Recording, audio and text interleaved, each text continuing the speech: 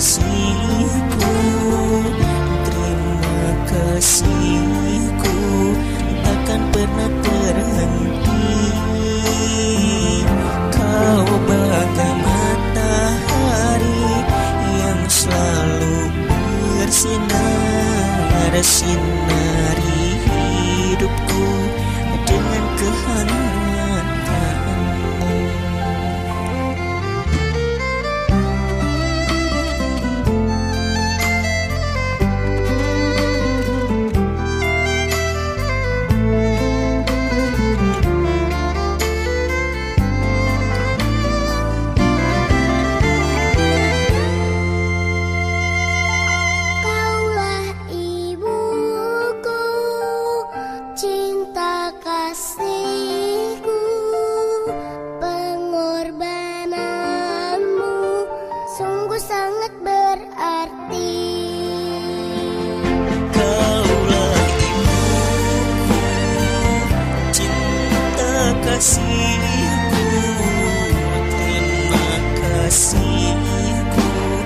Takkan pernah terhenti. Kau bagai matahari yang selalu bersinar, sinari hidupku dengan kehangatanmu.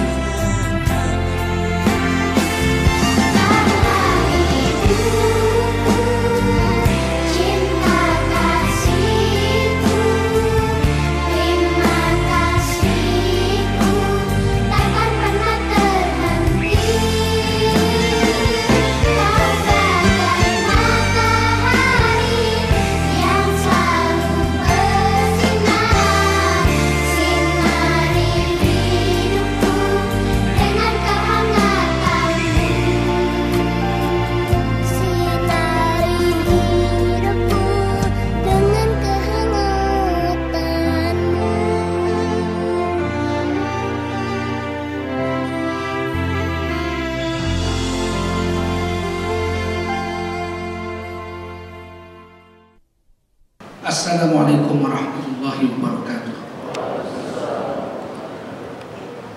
Hamdan wa syukran lillah, wassalatan wassalaman ala rasulillah wa ala alihi wa sahbihi wa mawala. Allahumma salli ala sayyidina wa habibina wa maulana Muhammadin wa ala alihi wa sahbihi ajma'in. Amma ba'du, qala Allah ta'ala fi kitabihil karim,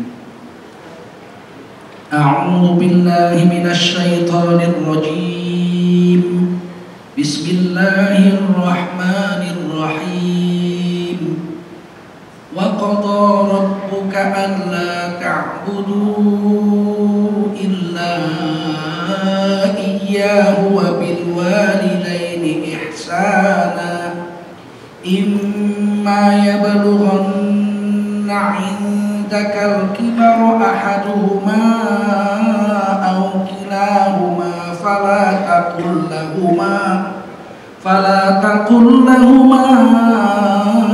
أف ولا تنهرهما وقل لهما قولا كريما واخفض لهما جناح الذل من الرحمة وقل رب ارحمهما كما ربياني صغيرا. قال رسول الله صلى الله عليه وسلم من خرج من بيته في طلب العلم فهو في سبيل الله حتى يرجع. Baginda Rasul bersabda, siapa keluar dari rumahnya untuk mendapatkan ilmu, orang itu adalah orang yang berjihad fi sabilillah sampai dia kembali ke rumahnya. Mudah-mudahan kita semua mendapatkan pahala jihad oleh Allah SWT. Amin. Shadaqallahul azim, shadaqa rasuluhun nabiyul karim, wa nahnu ala dzalika minasyahidin wasyakirin walhamdulillahi rabbil alamin. Bapak Ibu sekalian, keluarga besar Masjid Raya Bintaro Jakarta Selatan yang dimuliakan Allah SWT, Tangerang yang dimuliakan, Jakarta Selatan, Tangerang Selatan, di kotanya Pak ini yang dimuliakan Allah SWT. Bapak Ibu sekalian, wajiblah kita bersyukur kepada Allah SWT Salawat salam kita sampaikan untuk baginda Rasulullah SAW. Ayat yang saya baca tadi surah Bani Israel, atau kalau cetakan Saudi biasanya namanya Isra, karena ada cerita tentang Isra Mi'raj pada ayat satunya. Allah SWT berfirman kepada kita tadi, saya bacakan surah Al-Isra atau surah Bani Israel ayat 23. Wa qadha rabbuka, dan Tuhan kamu yang mengatur kamu. Rabb itu Tuhan yang maha mengatur, telah memerintahkan kepada kamu. Apa perintah Allah? Allah ta'budu illa iya, jangan pernah menyembah, jangan menyembah selain Allah. Satu-satunya yang berhak disembah hanya Allah. Walaupun banyak yang dilantik jadi Tuhan oleh manusia. Manusia banyak melantik Tuhan, tapi Allah cuma satu Tuhan yang dilantik oleh Allah sendiri.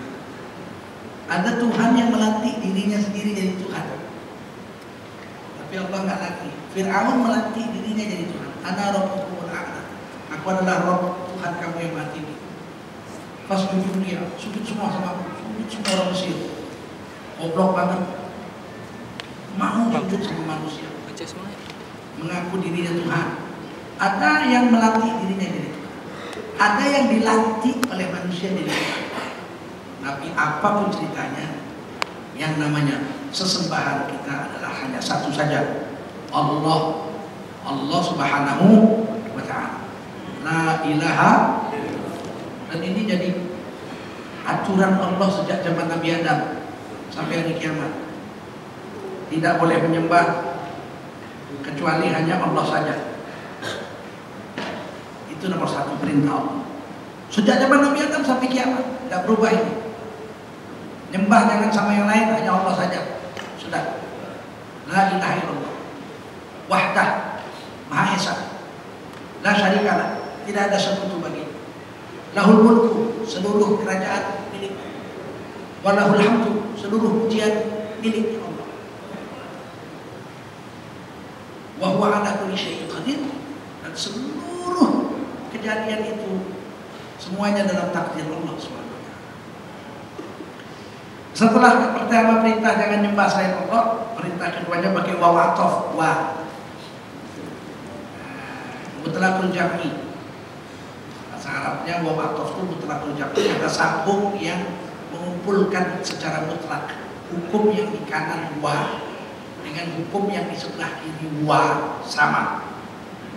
Kalau menyembah Allah tidak boleh syirik itu wajib, maka setelah wa bil walidaini ihsana, maka berbuat ihsan kepada ibu bapak itu juga hukumnya wajib.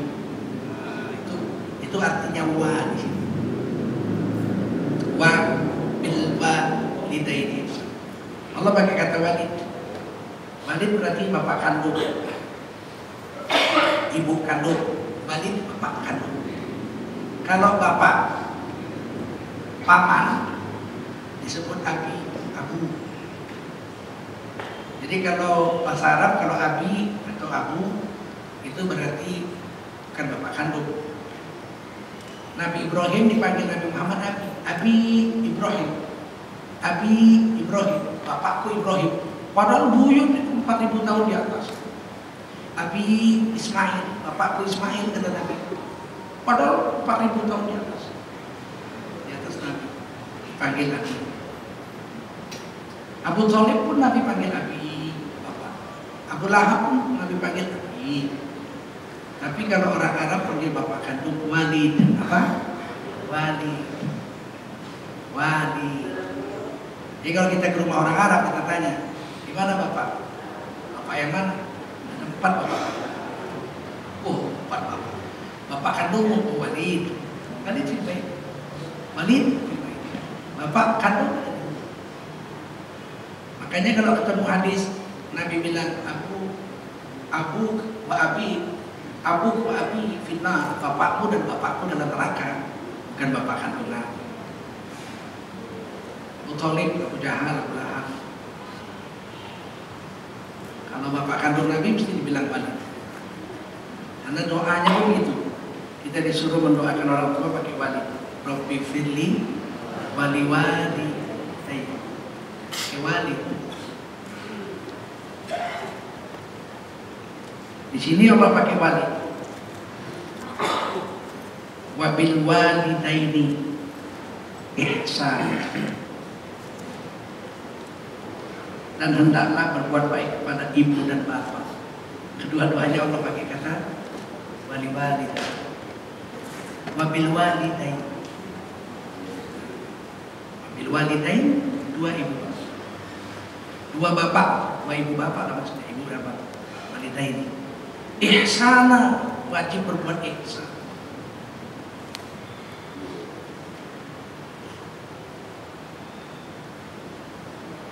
Ihsan itu apa sih? Enggak di bawah yang kita senangi.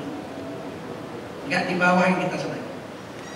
Jadi kalau kita bawa lontong sebungkus, kita kasih istri saya lontong, kita kasih istri kita lontong. Sarapan pagi lontong nih saya bawa itu. Ibu saya ada di rumah. Minimal sama dengan yang saya kasih dengan istri saya. Minimal. Kalau lebih baik bagus. Saya kasih lontong sebungkus. Ibu saya kasih lontong tambah air jeruk. Bagus. Itulah ihsan.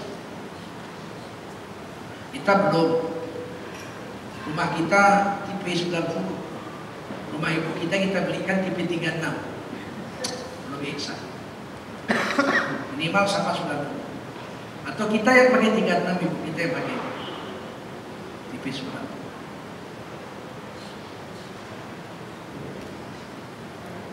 Kalau ibu kita panggil kita dengan suara keras, Zulkarnain, kita jawab ya. Kita tidak berbuat ihsan. Zulkarnain, saya umi, mesti lebih rendah suaranya. Itu ihsan. Ini Allah lengketkan dengan kewajiban menyembah. Yang dilengketkan itu cuma 3. Atiullah wa atiur rasul. Wa aqimus shalah wa atuz zakat. Yang ketiga, wa'budullaha wa la tusyriku bihi syai'a wa bil walidaini ihsana. Yang Allah lengketkan itu kata ulama 3. Taatlah pada Allah dan taatlah pada Rasul, sama-sama wajib. Wa aqimus shalah, tegakkanlah salat, wa atuz zakat, tegakkan salat dan tunaikan zakat, sama-sama wajib. Sama-sama fardu. Bukan wajib, fardu. Fardu itu 2 wajib. Wajib kerjanya, wajib waktunya. Lewat dari waktunya namanya qadaan, bukan adaan. Yang ketiga, sembahlah Allah. Wa qadara rabbuka alla ta'budu illa iyyah wa bil walidaini ihsan. Ini 3 serangkai. Salat, zakat, taat Allah Rasul, sembah Allah jangan syirik, dan servis orang tuamu dengan servis terbaik. Wa bil walidaini ihsan itu kalau bahasa saya, servislah ibu bapakmu dengan servis terbaik.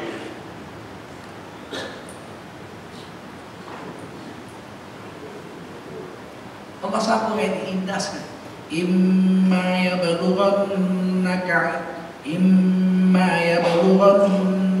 indakal kibara ahaduhuma aw kilahuma fala taqul lahuma uff. Ini indah, bahasa nggak bisa diungkapkan ini. Jika salah seorang di antara kedua bapak ibu itu, aw kilahuma, atau dua-duanya bapak ibu masih lengkap,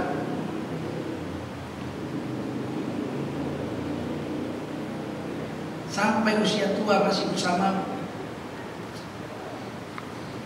betul-betul lah orang yang orang tuanya masih hidup sudah tua. Disebut itu. Jika kamu masih punya bapak sudah tua, ikut bersama, atau dua-duanya bapak ibu ikut bersama sudah tua, sudah jomblo, atau ibumu saja salah satunya atau dua-duanya masih ikut kamu padahal mereka sudah tua, disebut itu. Nggak semua orang dapat nih. Saya nggak dapat. Ibu bapak saya nggak ada lagi, nggak sempet. Bapak saya umur 57 belum tua masih sehat. Ibu saya wafat umur 61. Nggak sempet saya mengalami ayat ini. Yang sempet syukur disebut di Quran. Kalau ada di antara bapak ibu termasuk dalam ayat ini, syukur. Kalau orang tuamu salah satu dari keduanya atau dua-duanya sampai lanjut usia berada bersamamu dalam pemeliharaan, fala taqul lahuma uff, sekalipun jangan pernah kau katakan uff, jangan sekali kita tersinggung hatinya, kita anak durhaka. Dan tidak Allah maafkan sampai kiamat, sampai selama-lamanya, kecuali orang tua kita itu memaafkan salah kita. Ridho Rabbi fi ridho walidain. Ridho Allah hanya tergantung pada ridho orang tua. Wa sakhatur Rabb fi sakhatil walidain. Dan marah Allah tergantung pada marah orang tua. Hadis riwayat Hakim sahih. Wala tanharhuma, jangan kau bentak ibu bapak. Jangan kau hardi, jangan kau bentak. Jangan. Semarah apapun kalau sama ibu bapak berhenti. Semarah apapun. Ini kan digandeng nama Allah. Sembah Allah, jangan musyrik. Sesusah, miskin, semiskin apapun, semelarat apapun, semenderita apapun, jangan sampai syirik. Dan sesusah apapun, semenderita apapun, kepepet apapun, tetaplah menyervis orang tua dengan servis terbaik. Jangan sempat katakan jangan sempat katakan apalagi membentak.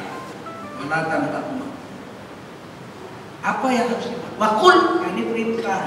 Waqul lahuma, dan ucapkanlah kepada bapak ibumu itu qaulan karima, kata-kata yang mulia. Orang Jawa mengambil kata karim. Karimah ini bahasa Jawanya kromo. Berkatalah kamu kepada ibu bapakmu dengan kata-kata yang kromo. Karim bahasa Jawanya kromo. Karena orang Jawa nggak hurufnya kan 20. Ono corokot, joto somro, odo joyoyo, monggo potong. Kiro pun jadi kromo. Wa kullahuma qaulan karima, dan ucapkanlah atau berkata-katalah kamu kepada orang tuamu itu dengan bahasa kromo. Qaulan karima. Saya merasakan ini Jawa yang paling pas untuk menjalankan ayat ini. Orang Jawa paling pas. Karena bahasanya sama bapaknya ada bahasa sendiri, bahasa kromo. Kromo itu. Kalau sama orang biasa dia ngomong ngokok. Merah ganti. Arab kromo ngotar itu. Dia pakai bahasa kromo ngokok. Sederajat. Gue enak kayak ngomongin ngotar, gue saya ngotar di sini. Boleh, kenapa? Sebaya. Udah umur sebaya, derajat sebaya, derajat sama-sama kuli. Dia kuli, kita kuli. Gue, itu sama-sama kuli. Atau sama-sama jenderal. Jenderal nggak berani biasanya. Pasti udah berubah jenderal. Mas, paling nggak gitu. Mas, jenderal, sama-sama kopral mungkin. Gue, sama-sama kuli. Pakai ngokok, sama-sama temen, sama-sama kawan yang mengkampe, pakai ngokok, kue, wis mangan kue, wis madang kue, urung, kok sakit kue mau modal siset kue, madang, ini bahasa Jawa Surabaya, kasar, ngokok, Kalau lebih tua sedikit, nggak pakai kromo. Mas, macam terbudi, macam terberiku, mau mampir Riki Mawar, atau suat. Lebih tua sedikit, temen tapi lebih tua sedikit. Tapi kalau sama ibu bapak nggak boleh. Sama ibu bapak kalau orang Jawa kromo ini ketuk pintu kamar bapak kita aja pelan-pelan.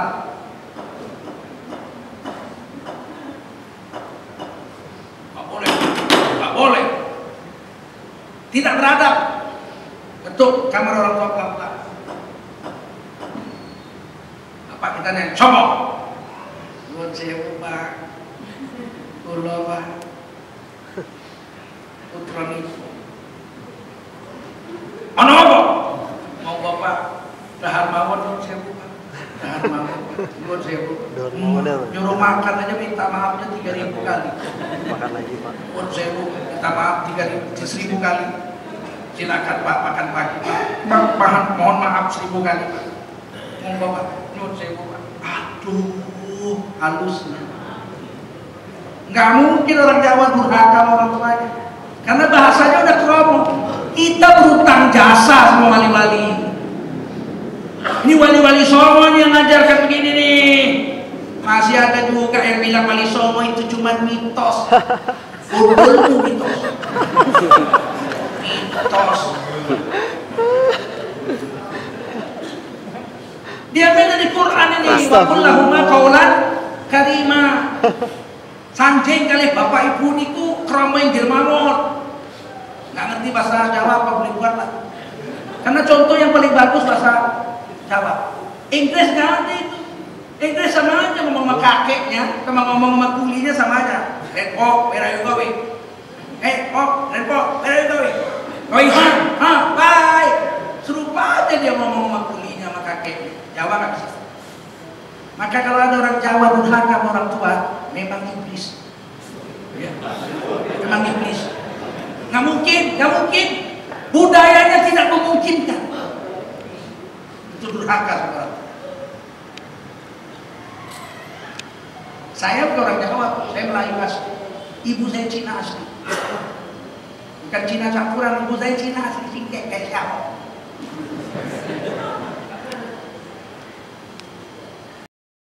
Makanya bapak ibu hebatnya Quran, masya Allah.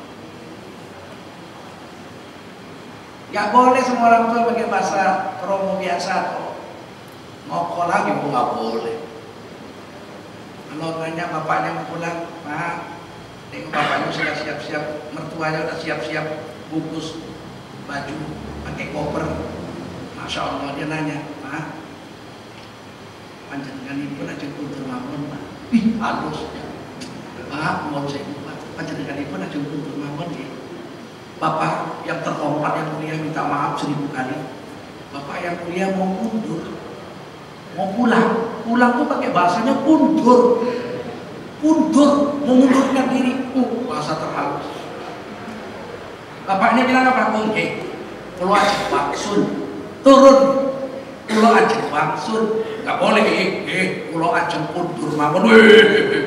Nggak mungkin. Dia mesti kalau menyebut dirinya dia turun setingkat. Pulau aja waksun. Tapi anaknya nyuwun sewu Pak, panjenenganipun mundur mawon nggih. Tidak memungkinkan orang Jawa durhaka sama orang tua. Karena sudah dipakem oleh wali songo, oleh ulama-ulama Jawa selama ribuan tahun.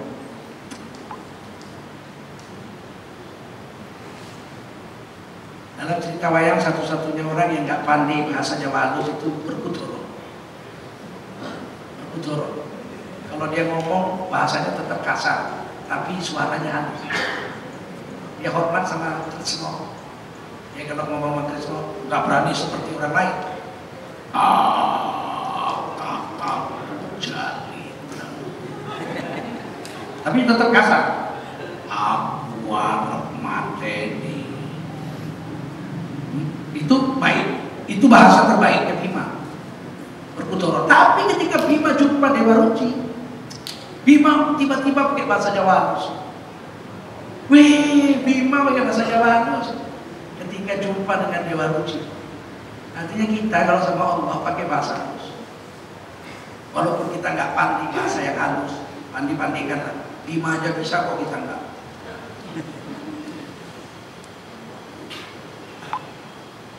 Gitu ya.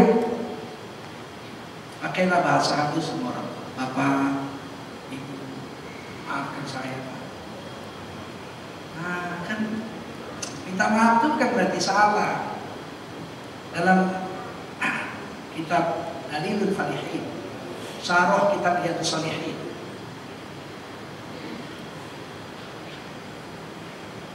taubat kepada Allah itu dibagi 3. Taubat itu rujuk. Taubat artinya rujuk kembali kepada Allah. Rujuk kembali. Jadi kalau seorang suami menyakiti istrinya, istrinya minta cerai, setahun kemudian suaminya menyesal, atau sebulan kemudian suaminya menyesal, suaminya datang pada istrinya, "Dek, masih dalam waktu kita, marilah kita rujuk kita nih." Berarti suaminya menyesal bercerai. Kalau dia nggak menyesal, nggak akan mau rujuk. Karena rujuk itu pasti ada rasa menyesal. Maka tobat dalam bahasa Arab artinya rujuk kembali dengan rasa penyesalan. Tobat itu ada 3 tingkat kata Imam pengarang kitab Dalilul Falihin. Yang pertama, man raja'a ilallahi khaufan min adzabillah fa huwa taib. Orang yang tobat rujuk kepada Allah dengan rasa menyesal karena takut diazab oleh Allah karena dosa-dosanya banyak. Orang ini namanya taibu, orang yang tobat karena berdosa. Bahasa Arab tuh kaya, Pak. Tobat aja banyak. Yang kedua, man raja'a ilallahi ta'ala hayaan li jalalillah fa huwa munib. Siapa yang tobat kepada Allah bukan karena menyesal banyak dosa, tapi karena malu kepada Allah, kurang banyak amal. Dosa nggak ada, amal nggak banyak. Namanya munibun. Jadi ada orang istighfar bukan karena berdosa. Ada orang istighfar karena berdosa. Habis meninggalkan sholat, dia istighfar, astagfirullahaladzim, ya Allah nggak kuat lagi, gara-gara keyboard aku nggak sholat dulu, dia kotor habis asar. Menyesal, namanya taibun, tobat dari dosa karena meninggalkan sholat dosa besar. Kalau munibun malu, nggak berdosa. Bangun dia subuh, sholat subuh dia, habis subuh dia nangis, ya Allah, alangkah malunya aku ya Allah, astagfirullah. Anakku yang masih SMP kelas 1 aja dari mana tahajud ya Allah. Aku nggak tahajud ya Allah, malunya aku ya Allah, astagfirullahaladzim. Minta ampun karena malu, namanya munibun bukan taibun. Beda pangkatnya munibun dengan taibun. Lebih tinggi munibun. Munib artinya tobat, tapi tobat karena malu. Yang ketiga, tobat karena ta'zim. Man raja'a ilallahi ta'ala ta'ziman li jalalillah. Siapa yang tobat kepada Allah karena mengagungkan Allah, orang itu namanya fahuwa awwab. Dia adalah orang yang awwab. Apa sih bedanya? Awwab bahasa Indonesianya tobat. Munib tobat juga. Taib tobat juga. Tapi taibun tobat karena berdosa, pernah berdosa. Munibun tobat karena merasa malu, kurang amal. Sedangkan awwabun tobat kepada Allah, istighfar kepada Allah karena terlalu agung Allah di hatinya. Sama dengan orang tua tadi, membangunkan orang tuanya untuk sarapan pagi. Nyuwun sewu, Pak. Panjenengan ibu monggo tahap mawon, Pak. Nyuwun sewu, Pak. Kenapa minta maaf berkali-kali? Karena terlalu agung mertuanya itu di hatinya. Terlalu agung bapak itu di hatinya. Kita pun karena terlalu agung Allah di hati Nabi. Nabi istighfar sehari sampai 100 kali. Inilah astagfirullah fi kulli yaumin mi'atan. Ini 70 marrat. Sesungguhnya aku istighfar tobat kepada Allah sehari 70 kali sampai 100 kali Nabi tobat sehari.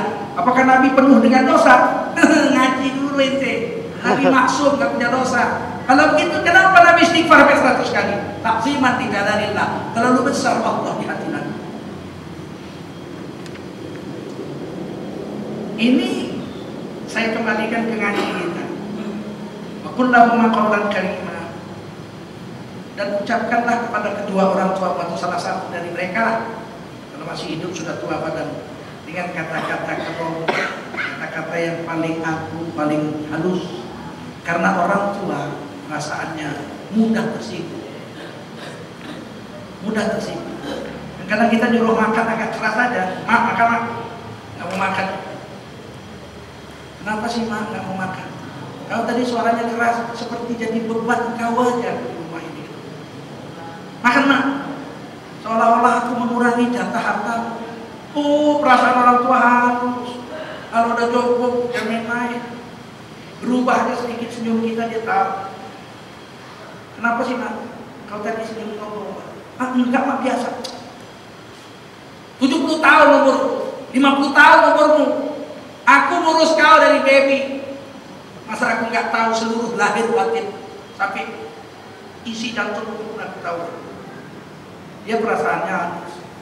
Maka Allah katakan pakai kata-kata kromo yang terbaik dan terhalus. Wakhfid lahuma janahad dhulli minar rahmah. Ini kalau dalam bahasa Indonesia.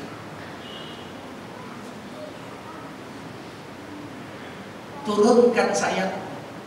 Gitu ya. Kalau saya bahasa lain.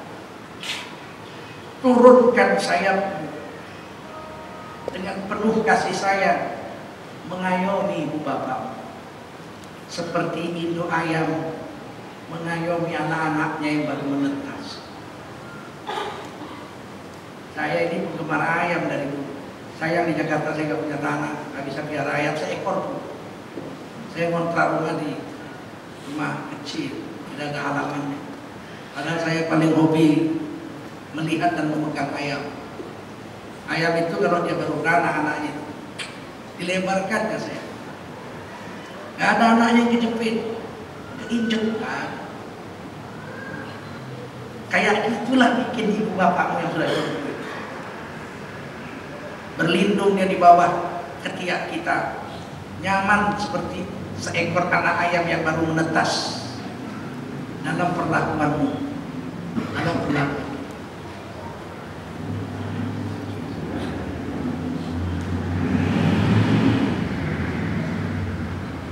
Minar rahmah, dari kasih sayang. Rahmah itu anugerah Allah paling besar kepada makhluk, itu rahmah, kasih sayang. Dan kita dimasukkan surga oleh Allah karena rahmat Allah, kasih sayang, bukan karena amal kita. Seluruh amal kita bayar satu biji matanya nggak lunas. Nikmat pada satu keping mata tidak lunas dibayar dengan sholat 500 tahun. Kita masuk surga karena rahmat Allah. Maka nabil mu'minina rahim. Allah sebut rahmat ini. Rendahkanlah dirimu, sayapmu. Biarkan bapak ibumu di bawah perlindungan sayapmu, seperti seekor anak ayam baru menetas di bawah induk ayamnya, dengan penuh rahmat. Minar rahmat.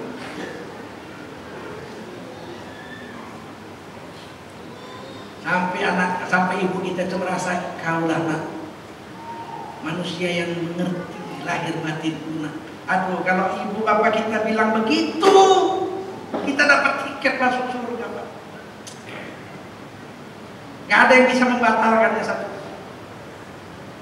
Sempat ibu kita udah tua ikut kita, dia bilang, nak, kau itu nak, kaulah tempat bernaung di dunia ini nak. Kita dapat tiket. Kemudian kata Allah, wakul dan katakan Rabbirhamhuma kama rabbayani shaghir. Katakanlah ya Allah Tuhan, irhamhuma, kasihilah kedua ibu bapakku itu, kama rabbayani shaghir, sebagaimana mereka pernah merawat kami, memelihara kami waktu kecil dulu. Rabb itu yang memelihara. Rabbul alamin, Allah yang memelihara alam semesta. Rabb bayani, sebagaimana mereka pernah memelihara kami waktu kecil. Jangan Dilihat memelihara waktu kita udah gede. Saya sekolah dibiarin kok. Ni sohiro, Rabbayani sohiro, memeliharaku waktu aku kecil. Waktu kita belum bisa apa-apa, berak aja kita masih di dalam popoknya. Buang air kecil kita kencingi bajunya. Tidak ada yang bisa kita makan selain air susunya. Itu yang kita ingat. Bukan setelah kita SMA, setelah kita kuliah, bukan. Allah tekankan kama rabbayani shaghira. Waktu kita belum ngapa-ngapain pun nggak bisa. Itu kering air susunya kita hisap. Gemetar badannya. Karena seluruh energinya kita makan. Kadang-kadang ikut darahnya kita hisap. Itu yang Allah sampaikan.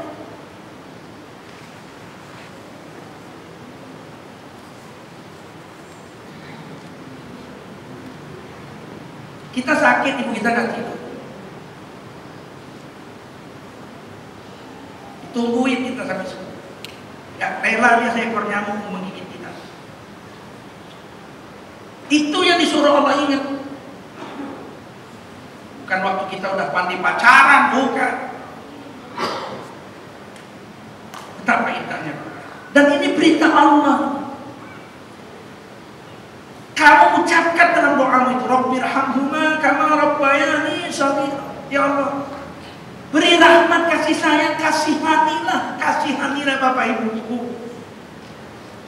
Irhamhuma kama rabbayani shaghira, sebagaimana mereka pernah dulu memelihara kami waktu kecil, berkorban segala-galanya, sampai nyawanya pun digadaikannya waktu melahirkan kita.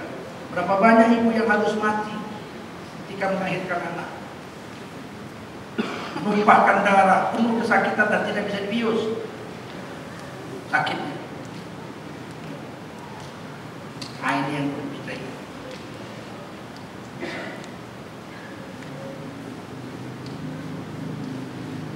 Kita baca beberapa hadis. An Aisyah radhiyallahu anha, ibu kita.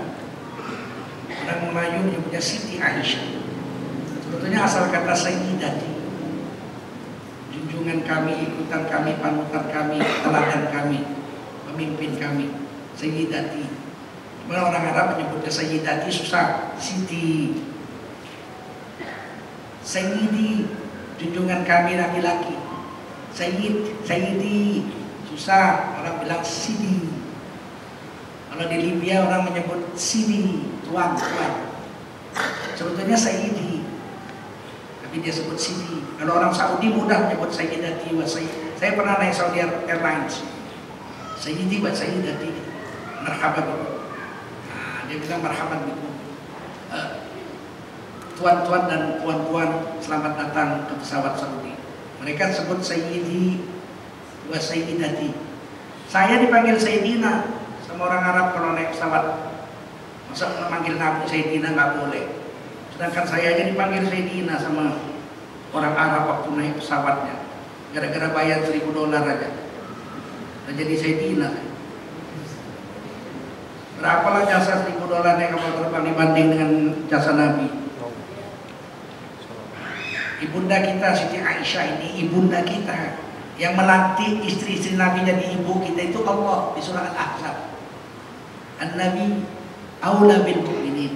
Nabi itu lebih mulia dari seluruh orang Islam. Kalau ditimbang seluruh amalan orang Islam semuanya termasuk Sayyidina Abu Bakar dibandingkan dengan amalan Nabi sendiri, kalah semua amalan Nabi. Karena seluruh amal kebaikan umat Nabi itu Nabi. Nabi yang ngajarin kok.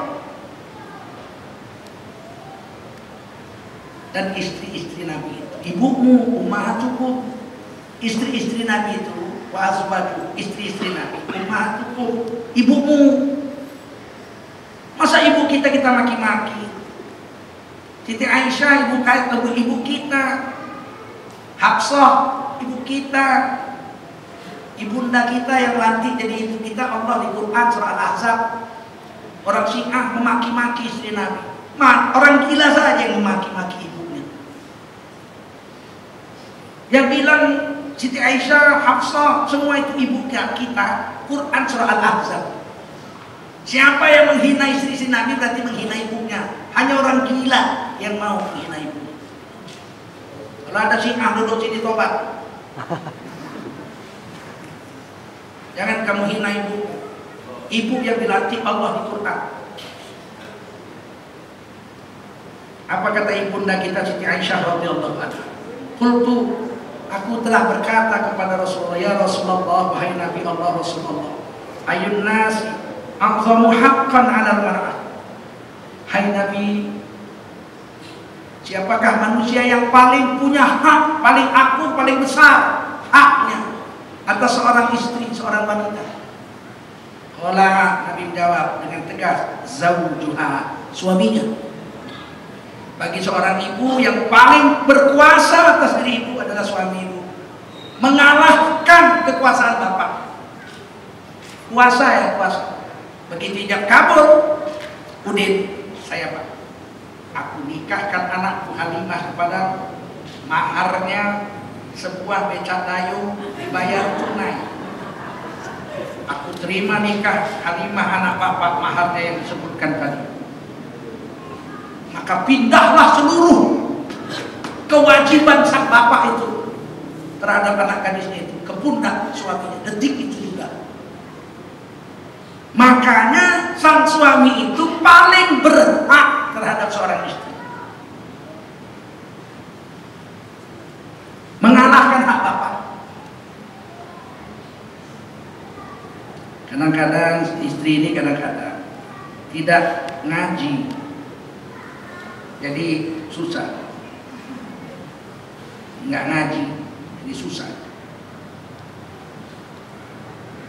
Dalam Quran Allah berfirman surah An-Nisa ayat 34, Ar-rijalu qawwamuna 'alan nisa. Suami itu adalah pemimpin, penguasa, pengayom daripada istrinya. An-Nisa istri, Ar-rijal itu suami. Suami itu adalah pengayom, pemimpin, penguasa terhadap istrinya. Kenapa? Bima faddalallahu ba'dahum 'ala ba'd.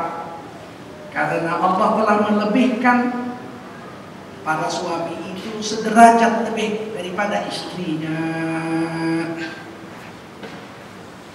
Suami itu menanggung seluruh penderitaan keluarganya. Bapak menanggung seluruh penderitaan keluarganya. Kalau anaknya sakit, bapak dulu yang ngurus. Kalau anaknya begini, asal susah, bapak dulu.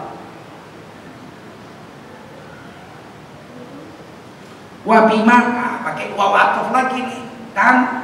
Kalau begitu yang tadi itu dengan yang ini nyambung. Selain laki-laki itu dilebihkan Allah setingkat dari wanita, kekuatannya lebih kuat, akalnya lebih banyak.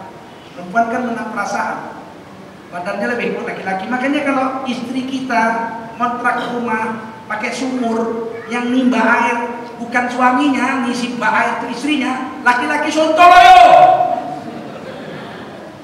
Percuma Allah kasih kau badan lebih besar, lebih kuat dari istri.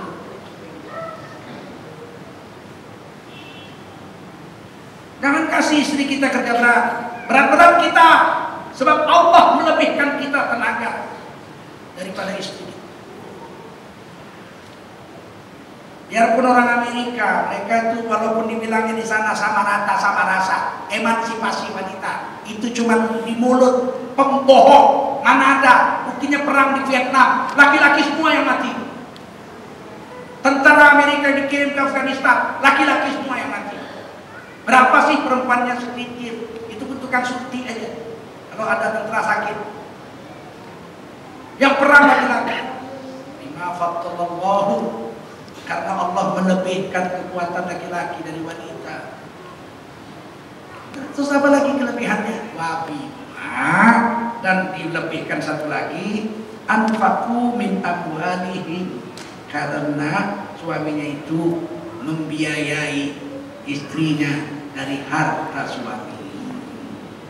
Jadi dua, kita laki-laki Pak, jadi pemimpin istri kita, kamu harus patuh sama saya. Dengan dua, pertama memang badan kita besar, akal kita 9, lebih baiklah kita harusnya dari istri, lebih soleh kita dari istri. Karena istri pakai perasaan, kita pakai akal. Istri mau tahajud 10 rakaat lemes, badannya lemah, kita harusnya bisa 10. Yang kedua, karena kita kasih nafkah, belanja, kita membelanjai istri dengan harta kita, pakai keringat kita. Apabila seorang suami tidak mau bekerja, istrinya yang bekerja, kata Imam Syafi'i dalam tafsir Imam Qurtubi, surah Al-Imran ayat 34, fasadul aqad, rusaklah sudah pernikahan.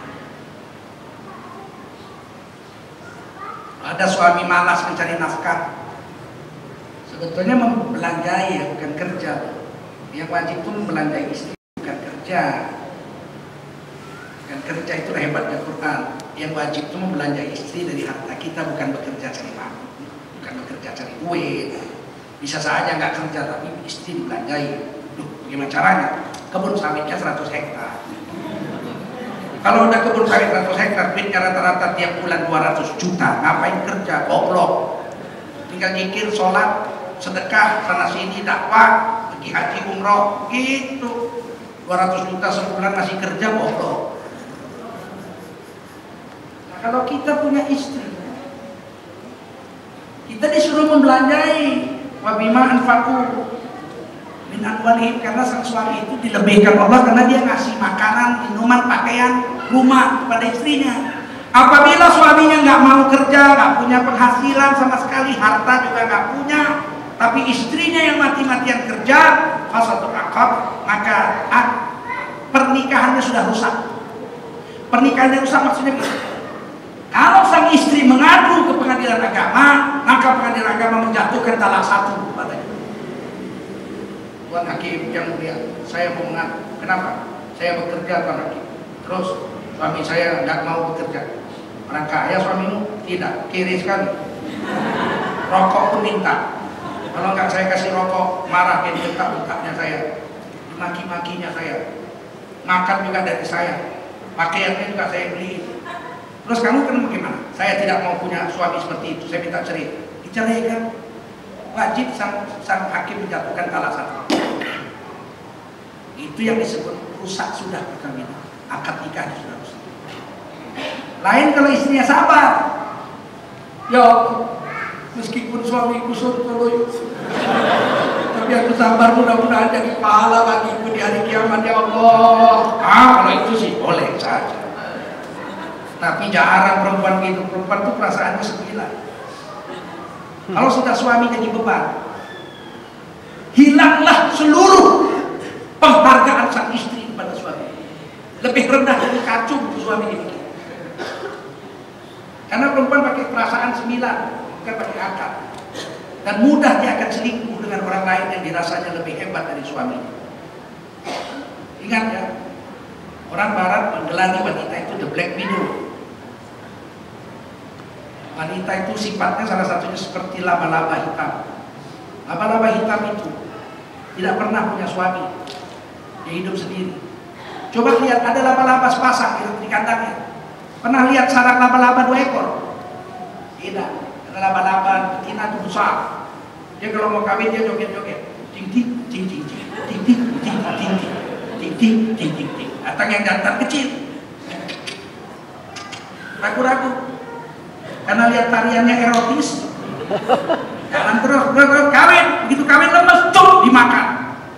Maka disebut black widow, janda hitam. Karena lama-lama gak pernah punya suami. Karena suaminya habis kawin langsung dimakan oleh sang istri. Wanita yang memakan suaminya itu laba-laba. Sifat wanita banyak seperti laba-laba.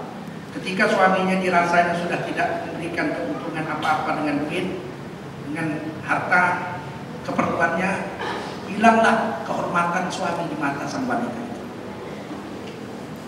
Sudah rusak perkawinan. Makanya ketika ditanya, siapa manusia yang paling berhak terhadap seorang wanita? Suaminya. karena badannya lebih kuat, pengorbanan lebih banyak, dan dia menafkahi, infak, menafkahi keperluan istrinya, yang wajib, yang sunat, yang mubah. Bahkan kadang-kadang yang mampu, istrinya minta jengkol dibeliin. Kadang-kadang yang haram lagi, istrinya minta lirok sepan dibeliin. Dosanya nanggung suaminya, orang dia beliin. Sama juga istrinya nanggung, sama banyaknya. Sial banget. Suami ini sial, nggak pernah pakai rok sepan, dapat dosa pakai rok sepan. Kan bingung, loh, ya malaikat apaan nih? Kok saya dapat dosa pakai rok sepan? Saya bilang lagi, kami malaikat nggak salah catat, tahu lu beliin rok sepan untuk ini lu. Iya, nah dosanya lu yang nanggung sama banyak. Multi level marketing kalah. Multi level marketing masih potong komisi ini enggak? 100% kan lu.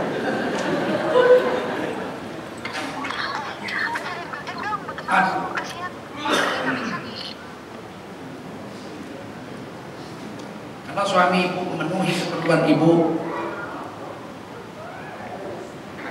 Nabi bersabda, kalaulah boleh manusia sujud menyembah manusia, nggak boleh. La ilaha illallah.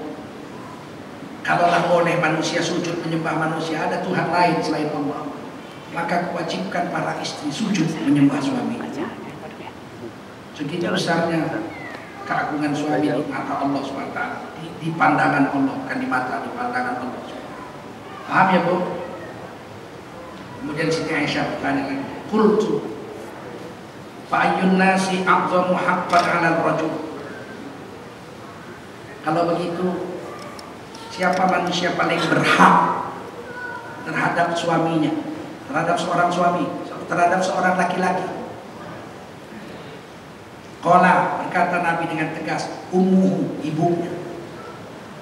Kalau terhadap istri yang paling berhak suaminya. Tapi kalau terhadap kita para suami, yang paling berhak ibu kita. Ibu-ibu sekalian ingat loh, jangan kita berantem sama mertua. Mertua diantem. Jangan berantem sama mertua, jangan bertengkar sama mertua, rugi besar. Karena yang megang remote kontrol suami kita itu mertua, Bu. Ibu mertua yang megang remote kontrol. Ibu gara-garain mertua ibu. Dia yang megang remote kontrol, pindah channel nanti suami ibu. SCTV jadi RCTI tahu. Jangan main-main sama mertua. Yang ngasih tahu ini Nabi. Yang megang remote control suami itu ibunya. Baik-baik aja kita sama ibu kita merasa gak senang. Kita Pak harus sadar juga, perempuan kan perasaannya 9. Dia sayang sekali sama kita. Semakin sayang dia sama kita, semakin benci dia sama istri kita. Karena dirasanya dirampok kita dari sisi. Makanya jangan heran kalau kita anak kesayangan. Istri kita tuh tiap hari dimarahi oleh Tuhan sama ibu kita. Gak beres. Padahal dia sakit, koma di rumah sakit, istri kita gak pulang-pulang 7 hari nungguin dia. Tapi tetap aja begitu sadar, istri kita kena betah. Gak beres kamu. Karena dia merasa itu cemburu, itu saingan dia. Kita sadar juga, sadar. Menimbang antara istri dengan ibu. Dan kita jadi ibu, hati-hati Bu. Walaupun anak laki-laki kita itu hak kita. Ada makanan di rumahnya kita boleh makan. Tapi kata Allah bil ma'ruf.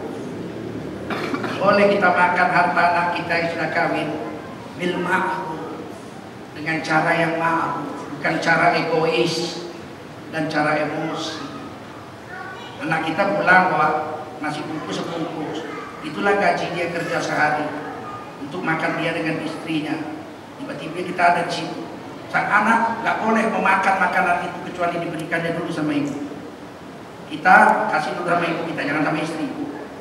Baru datang, lihat nasi bungkus makan. Si ibu makannya dengan ma'ruf. Jangan dimakan semua habis, sampai dikilat-kilat, buntut tertimbun habis. istrinya nggak makan lah, jadinya menantunya, anaknya nggak makan. Bil ma'ruf, minimal ya dimakan sepertiga lagi untuk istri dan anaknya, sepertiga lagi. Yang paling bagus satu bungkus itu diletakkan di nampan, di talam. Ayo makan sama-sama sini nak, anakku, menantuku sini. Nah, itu baru ibu ma'ruf. Jadi kita harus betul lah dengan agama ini, hati-hati. Ibu jangan lawan lah mertua, jangan pernah melawan. Jaga betul perasaan mertua kita, sebab dia yang berkuasa atas suami. Dalam satu hadis yang lain Rasulullah ditanya, hadis Sahih Muslim, man ahaqqun nasi bi husni suhbah. Ya Rasul, siapa manusia paling berhak mendapatkan servisku yang terbaik, mendapatkan pelayananku yang terbaik? Siapa manusia yang paling berhak untuk aku mati-matian berkhidmat kepadanya, yang paling berhak? Oleh Rasulullah SAW, ummuk, ibuku. Lagi-lagi ini nanya, siapa lagi? Ummuk, summa ummuk, ibuku. Kemudian siapa lagi ya Rasul? Summa ummuk, kemudian ibu. Kemudian siapa lagi ya Rasul? Baru Nabi bersabda, summa abi, bapakmu. Setelah itu 3 kali ibu, bapak. Summa adnaka fa'adna, kemudian yang dekat kepadamu dan yang dekat kepadamu, adik, abang, paman, bibi, ponakan, dan seterusnya. Siapa? Ibu. Ini orang paling berhak untuk mendapatkan servis kita. Oleh karena itu, bapak-bapak nasihati istri kita dengan rasa sayang. Sampaikan pada dia, sayang, aku cinta padamu, maka aku kawin dengan kamu. Ada 3,5 miliar perempuan di dunia, kau yang kupilih.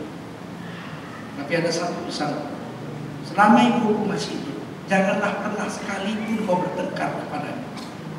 Kalau selalu bertengkar dengan ibuku, seperti ucapkannya kepada, nah, aku tak tahan lah. Kau pilih aku atau istrimu? Pastilah aku pilih ibuku, kau tinggal. Mesti begitu bilang istri. Saya bilang belum istri saya begitu. Aku cinta dan sayang padamu pasti. Begitu banyak perempuan kau yang kawin. Tapi aku minta satu, jangan lawan ibuku itu.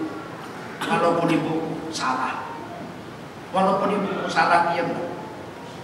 Karena kalau dia kau lawan, dia marah. Disuruhnya aku pilih kau atau tidak, pasti aku pilih dia, kau tidak. Sampai wafat gak pernah istri saya melawan ibu saya, sampai wafat. Dan saya membalas jasa istri saya tidak kawin lagi. Gimana saya cari istri sebaik itu? Dimarahi ibu saya, dia masuk ke kamar, saya ikuti dari ibunya. Diambilnya anduk, ditutupnya mukanya, ke mulutnya, menjeritnya sekuat pakai. Ya tentu gak dengar sumat anduk. Saya datang, saya bilang, kamu marah dengan ibu saya? Enggak, tapi air matanya bercucuran. Iya, saya tahu ibu saya yang salah, tapi syukur kamu gak lawan, jangan lawan. Itu ibu saya. Saya aja gak berani lawan. Saya akui, ibu saya sama saya minta maaf. Tapi kamu sabar, nanti Allah akan beri kamu kemuliaan. Kan gak salah orang itu perintah Allah. Insya Allah ya. Masya Allah. Terakhir, la tarqabu an abaikum, janganlah kamu benci sama bapakmu. Faman raghiba an abihi faqad kafara, siapa benci sama bapaknya, orang ini telah kufur. Tidak menyebabkan murtad benci sama bapak, tapi kufur, dosa besar. Walaupun kita lihat bapak kita bencinya bukan main, karena dia menyia-nyiakan ibu kita dan anak kita. Cuman kawin, sweet, tanamkan maninya itu, kemudian dia pun pergi entah kemana, nggak pernah diurusin kita. Bapak kita itu memuaskan nafsunya kesana kemari, ngumbar nafsunya, mencecer-cecer air maninya kemana-mana. Disia-siakannya ibu kita dengan kita. Tiba-tiba satu hari kita berjaya jadi seorang bupati. Setelah kita jadi bupati, ibu kita tuh, bapak kita tuh tiap hari datang. Lebih benci kita lihat wajahnya daripada lihat buto cakil. Tapi kata Rasul, jangan kau benci bapak. Karena bagaimanapun kita jadi bupati karena dilahirkan ke dunia. Dan kita dilahirkan ke dunia karena bapak kita pernah buang air maninya ke rahim ibu kita. Tidak bisa kita balas. Tidak bisa. Aku benci sama bapak ya. Tapi gara-gara aku kau lahir ke dunia jadi wali kota kau sekarang. Kalau kau nggak ada aku kan nggak jadi. Kan begitu sebenarnya. Kalau kau benci kata Nabi, jangan benci bapak. Apalagi bapak kita orang baik. Bapak kita sontoloyo gitu aja nggak boleh benci. Sabar. Tidak terbalas jasa bapak kita melahirkan kita ke dunia. Apalagi itu. Sudahlah, sampai sini dulu ngaji kita. Silakan tanya yang mau tanya. Bagi para jamaah yang ingin bertanya, persilakan.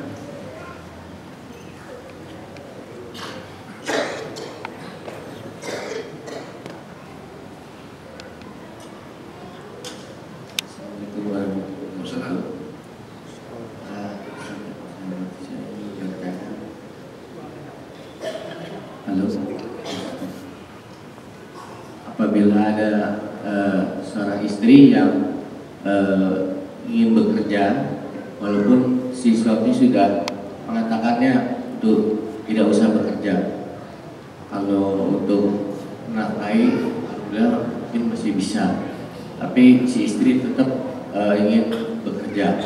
Bagaimana menyikapinya itu? Bijak, lihat kerjaannya lah zaman sekarang ini. Kalau pekerjaannya bisa menyebabkan istri kita terjaga agamanya, masih boleh. Tapi kalau pekerjaan yang menyebabkan dia tak mungkin menjaga agamanya, di pasar atau istri kita jadi tukang pijet, jangan diizinkan. Jadi TKW pergi ke Hongkong meninggalin kita 5 tahun, tak boleh. Tapi kalau dia di rumah buat kue, bolu, dijual ke pasar, boleh.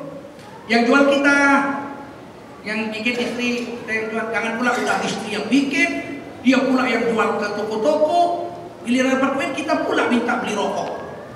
Jangan. Kalau yang begitu itu boleh, selama dia masih bisa terjaga. Kerja di kantor, tapi teman-temannya orang terpercaya, dia bisa tutup aurat, dia bisa sholat dengan baik.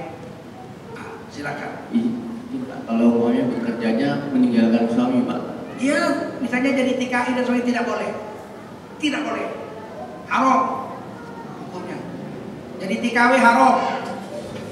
Boleh jadi TKW di Hongkong tapi istrinya ikut jadi TKI, tidur sekamar selama di Hongkong.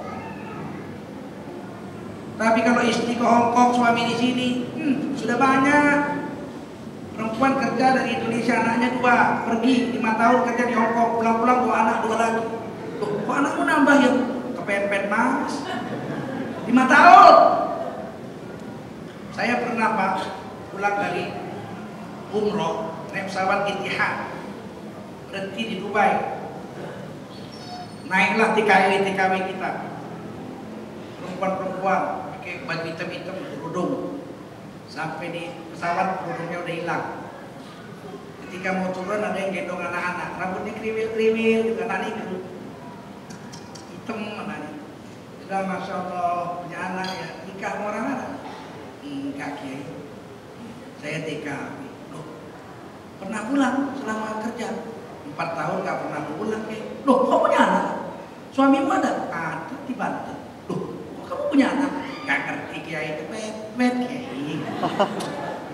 Saya langsung nangis, ya Allah, beginilah nasib bangsaku jadi kuli dijinahi orang bawa anak Arab.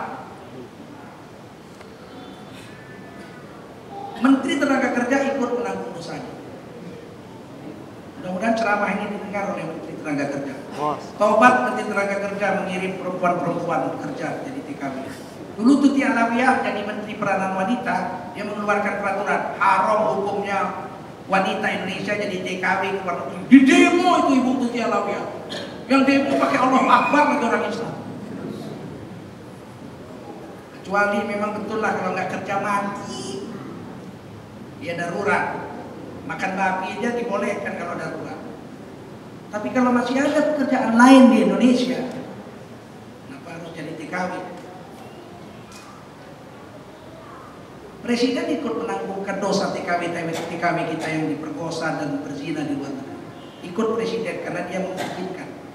Saya nggak ikut, saya nggak ngasih izin. Saya mengatakan apa? Yang lain. Kalau istrinya ngotot, cerai, cari istri lain yang nggak ngotot. Ya, assalamualaikum Ustaz. Waalaikumsalam.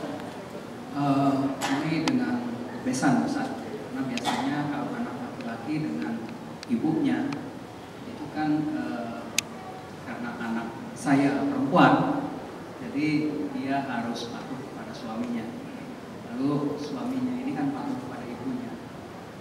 Antara saya dengan besan, terus sampai sejauh mana hubungannya supaya tidak terjadi salah paham. Biasanya kan salah paham jadinya. Kok ini anak ini sekali dekat sekali kepada. Begini, memang Allah yang menyuruh. Misalnya kan saya kan anak saya perempuan. Anak saya perempuan, tentu saya punya menantu laki-laki kan.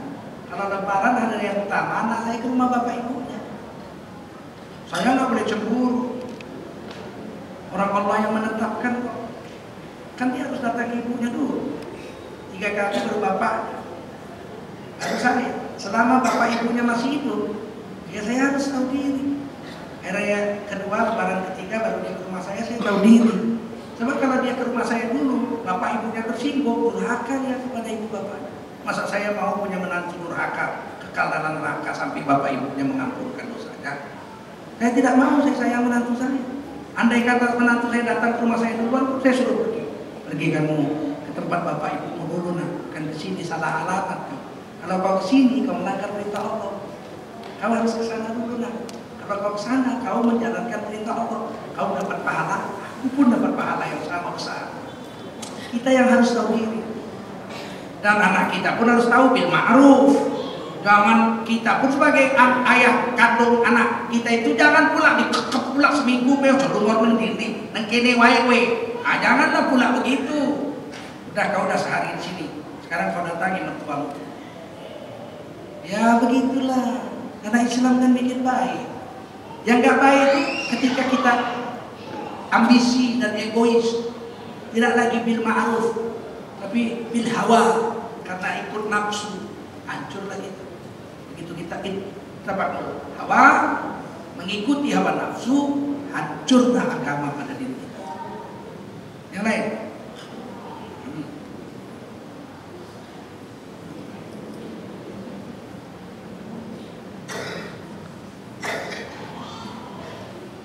Assalamualaikum. Waalaikumsalam. Pak Ustadz, saya mau tanya Pak Ustadz. Yang pertama, kalau istri bekerja Pak Ustadz, terus kita mau ngasih uang ke kita gitu, apa harus pamit sama suami? Enggak, sama sekali enggak ada hak suami bertanya pun tentang gaji istrinya, tentang harta istrinya. Jangankan minta suaminya, nanya aja nggak berhak. Berapa gaji kau kerja di sana, atau berapa penghasilan kau jual kue sebulan? Apa hak suami? Itu harta istri, miliknya.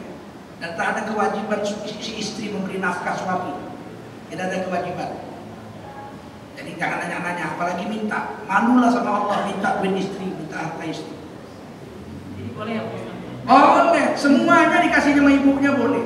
Sang suami kan bilang, kok semua kamu kasih ibumu sih? Kok netes sama aku sih? Hehehe. Yang wajib menghidupi suami bukan istri. Kalau istri bekerja seluruh gajinya untuk dia, tidak ada sedikit pun hak suami meminta atau bertanya. Tapi kalau suami bekerja, ada hak istri nanya, makan saya mana bang? Belanja hari ini apa? Ah bisa, kau kan kerja. Loh, aku kerja gaji untukmu. Abang kerja gaji abang, ada hakku di situ. Diakui Allah, Rasul dan negara Republik Indonesia. Saya lihat di daftar gaji itu ternyata ada tunjangan istri.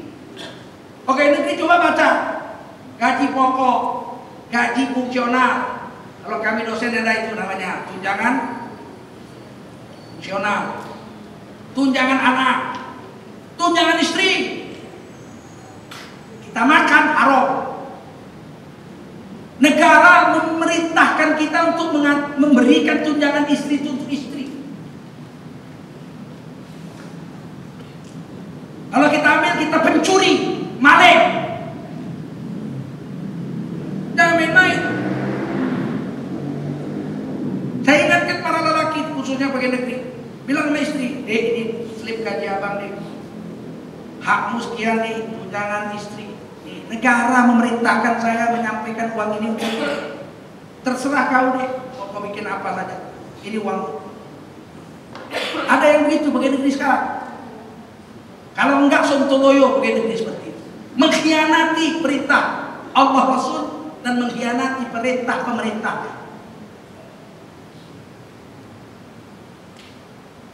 Mesti beritahu hak-hak suami dan hak-hak istri. Kalau dia mau ngasih istrinya itu punya gaji atau punya harta, mau diberikannya kepada suaminya dengan sukarela tanpa ditanya, tanpa diminta. Falaki islaini, bagimu hai istri, kata Nabi, kau dapat pahala 2 kali lipat besarnya dibandingkan sedekah kepada fakir miskin. Sedekah fakir miskin pahalanya 700 kali lipat. Kalau istri mau dengan rela memberi suaminya, karena suaminya gajinya tidak banyak, maka pahalanya 1400 kali lipat di sisi Allah. Tapi suami harus tahu diri. Ini saya melihat, Pak, ada beberapa laki-laki sekarang kerja karena istrinya kerja dan gaji istrinya lebih besar dari dia. Gajinya semua untuk dia, untuk si suami itu. Beli jaket baru, beli sepatu baru, aksesoris mobil. Istrinya nanya, Mas, minta uang Mas, untuk uang sekolah anak kita. Minta dulu, pakai uang. Mana ada hak suami menyuruh istri membayari keperluan anak? Apa hak suami? Bayar. Enak aja beli jaket, beli ini, beli itu, beli Montblanc jam, duitnya semua dicekek sama suami. Padahal ada hak istrinya, ada hak anaknya yang wajib dia hidupin dari gajinya. Allah yang mewajibkannya, Rasul yang mewajibkannya, dan pemerintah dan bos yang menggajinya. Saya diselip gaji saya lihat tunjangan anak, tunjangan istri. Saya pun pernah lalai dengan hal itu. Beberapa tahun saya lalai. Saya ingat, saya bilang, ini rupanya digaji apa, ada hak sekian tiap bulan. Ya Allah, udah berapa tahun? Iya, aku bayar. Aku bayar, cicil. Apa-apa keperluan bayar.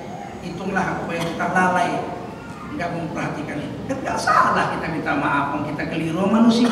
Tapi jangan pura-pura nggak tahu sampai mati. Bercerailah saya dengan istri, misalnya kita laki-laki bercerai dengan istri. Terus istri kita kawin lagi, tetap aja di selip gaji ada tunjangan anak. Betul nggak? Kita wajib ngasih makan anak kita itu walaupun dia udah punya bapak tiri. Bapak tirinya nggak wajib membesarkan dia, membiayainya. Kita bapak kandungnya tetap membiayai anak kita, walaupun dia sudah punya bapak tiri yang kaya. Istri kita nggak wajib lagi, orang dia udah kawin sama orang, suaminya yang wajib menghidupinya. Tapi anaknya kan anak kita, kita wajib menghidupinya. Kalau perempuan sampai dia kawin, kalau laki-laki sampai dia balik dan bisa berdiri sendiri. Ini hak-hak ini hari ini terlalaikan. Padahal setiap hak orang yang kita tidak tunaikan, walaupun hak istri, anak, apalagi bapak ibu, sama orang lain aja, hak orang lain kita nggak tunaikan, dituntut Allah, dituntut orang itu. Apalagi hak bapak ibu, anak dan istri, dituntut oleh Allah. Kullukum ra'in, kullukum mas'ulun an ra'iyati. Tiap kamu adalah pemimpin dan kamu pas ditanya tentang kepemimpinan oleh Allah SWT. Nggak ada yang lolos. Satu lagi. Ya. Satu lagi Pak Ustadz. Saya mau tanya, kalau misalnya kita punya manggil anak dari bayi ini Pak Ustadz, sempat kita susuin, itu batal gak sama suami saya? Rotoa tidak. Oh, sama suami ibu? Bukan, sedang. Saya punya anak angkat Ya. sempat disusuin, anaknya perempuan, terus sama suami saya batal nggak, terus boleh dibantuin nggak Pak Ustadz? Sedangkan ibu aja sama suami batal kok, apalagi anak susu. Gimana sih? Yang nggak batal dia sama saudara ibu. Kalau ibu yang nyusukan, abang ibu yang laki-laki, adik ibu yang laki-laki, sama anak angkat yang ibu susukan itu nggak batal wudu, aman rotoah. Kalau mau nggak batal sama suami ibu, anak angkat itu harus disusukan oleh saudara kandung suami ibu. Jadi suami ibu jadi pamannya, paman rotoah, paman susuan. Jangan ibu yang nyusukan. Kalau ibu yang nyusukan ya nggak batalnya sama saudara ibu, sama anak kandung ibu nggak batal dia, karena saudara satu susuan. Tapi sama suami itu, ibu aja batal, masuk anak susuan ibu nggak batal. Tapi bagaimana caranya? Kalau ibu mengambil anak angkat, kalau dia laki-laki, supaya jangan batal wudu sama ibu angkatnya, anak itu harus disusukan oleh saudara kandung ibu yang perempuan. Jadi dia anak ponaan susu ibu. Kalau anak itu anak perempuan, sama ibu kan nggak batal wudu sampai mati. Tapi sama suami kan bisa batal. Supaya dia nggak batal wudu sama suami, anak angkat perempuan disusukan oleh saudara laki-laki, saudara dari suami itu, saudara perempuan sang suami. Jadi dia suami kita jadi paman susuan anak angkat kita itu. Tidak batal wudu, aman. Tapi tetap saja anak angkat tidak dapat harta warisan. Anak angkat tidak dapat harta warisan. Oleh karena itu kalau kita sayang dengan anak angkat, jauh-jauh hari sudah kita kasih hibah, belikan rumah kalau kita kaya, kasih dia kendaraan, kasih dia segala macamnya.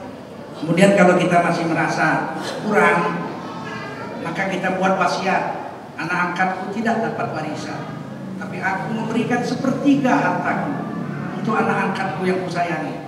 Boleh, maksimal sepertiga, nggak boleh lebih dari sepertiga. Itu tuntunan yang diajarkan Allah terhadap anak angkat. Dan haram hukumnya memakai bin yang lain daripada anak yang kita punya. Nggak boleh kita pakai bin orang lain. Ada hadisnya nih. Manidda'a ila ghairi abihi wa huwa ya'lamu annahu ghairu abihi fal jannatu 'alaihi haram. Hadis Muslim. Siapa yang memakai bin, Dzulkarnain bin Rafiuddin itu saya. Siapa yang memakai bin bukan nama bapaknya, bukan bapaknya, misalnya bapaknya si Acok, dia malu bapaknya si Acok, atau dia ambil anak sama Udin, jadi nama dia Bejo bin Udin. Setelah dia besar dia tahu Udin bukan bapaknya, ternyata bapaknya si Acok, maka dia wajib bertukar namanya menjadi Bejo bin Acok.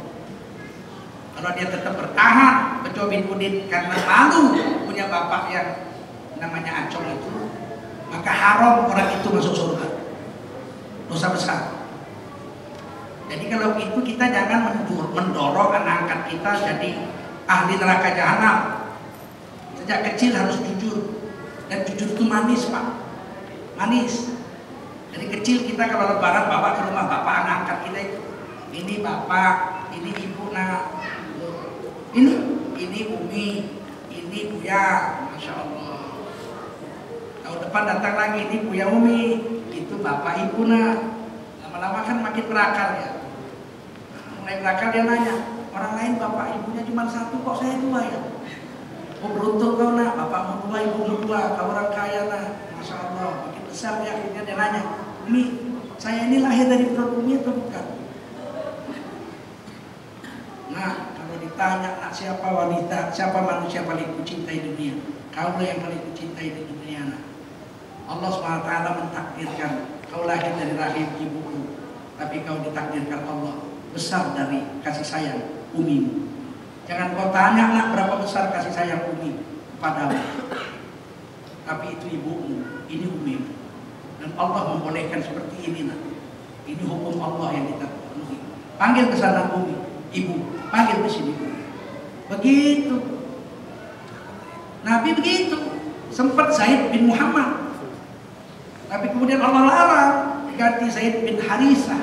Karena memang bapaknya Harithah. Kemudian setelah Zaid besar, Zaid dijual itu di pasar bekas. Waktu anak-anak dibeli Khadijah, diserahkan kepada Nabi. Oleh Nabi dibebaskan dari budak, diangkat jadi anak. Kemana-mana pergi dibonceng neon Nabi dalam pelukan Nabi. Diganti namanya Zaid bin Muhammad. Allah larang ganti Zaid bin Harithah. Setelah anak itu dewasa, bapaknya datang jalan kaki dari Ethiopia. La ilaha illallah. Jalan kaki dari Ethiopia. Sebab anaknya diculik. Dicari. Ya Allah, sayangnya bapak mana? Bertahun-tahun dari Ethiopia sampai Medina. Dicari anak ini, ketemu. Nangislah dia, ya Allah, kau anakku Zaid. Zaid juga masih ingat sama-sama di bapaknya. Kemudian Harithah bapak Zaid radhiyallahu anhu mendatangi Nabi. Wahai orang baik, Muhammad Rasulullah orang baik. Ini anak saya. Jangan tanya kasih sayang saya kepada anak saya. Saya tinggalkan kampung saya bertahun-tahun dari anak ini. Anak ini diculik orang. Sekarang saya ketemu, saya mau bawa anak saya pulang ke Ethiopia. Nabi panggil Zaid dengan kasih sayang. Anakku Zaid, aku sayang padamu, tapi bapakmu sayang padamu. Lebih berhaklah bapakmu dari aku. Sekarang kau sudah dewasa, nak. Pilih, pulang kau dengan bapakmu ke Ethiopia, atau kau memilih tinggal kepadaku. Zaid nangis, ya Rasul, saya pilih Nabi. Saya pilih ikut Nabi. Minta pamit dia sama bapaknya. Wahai bapak, izinkan Nabi ikut Nabi. Bukan main sayangnya Nabi dengan Zaid. Anaknya Usama bin Zaid itu sama aja Nabi menservis Zaid, anak Zaid, Usama bin Zaid dengan Hasan Husain. Sama. Dan Usama bin Zaid ini umur 17 tahun sudah diangkat jadi panglima perang, memimpin orang-orang senior untuk melawan tentara Romawi di dalam peperangan. Ketika Rasul wafat, belum sempat berangkat pasukan Rasul wafat, Umar bin Khattab dan sahabat-sahabat yang lain bermusyawarah dengan Khalifah pengganti Nabi Abu Bakar Siddiq radhiyallahu anhu supaya Zaid ini anaknya Usama bin Zaid ini diganti. Janganlah panglima cet-cet masih muda begini, kan masih banyak yang senior. Perang lawan Romawi, gantilah ya Abu Bakar, kami usulkan diganti. Kata Abu Bakar, demi Allah, orang yang sudah ditetapkan oleh Nabi, barang yang sudah ditetapkan oleh Nabi, saya tidak akan pernah mau menukar dan mengganti. Begitu, ya. Adil, kita adil. Anak angkat tetap bilang anak angkat. Jangan udah besar baru kita bilang. Marah dia, merasa ditipu dari kecil. Berikan.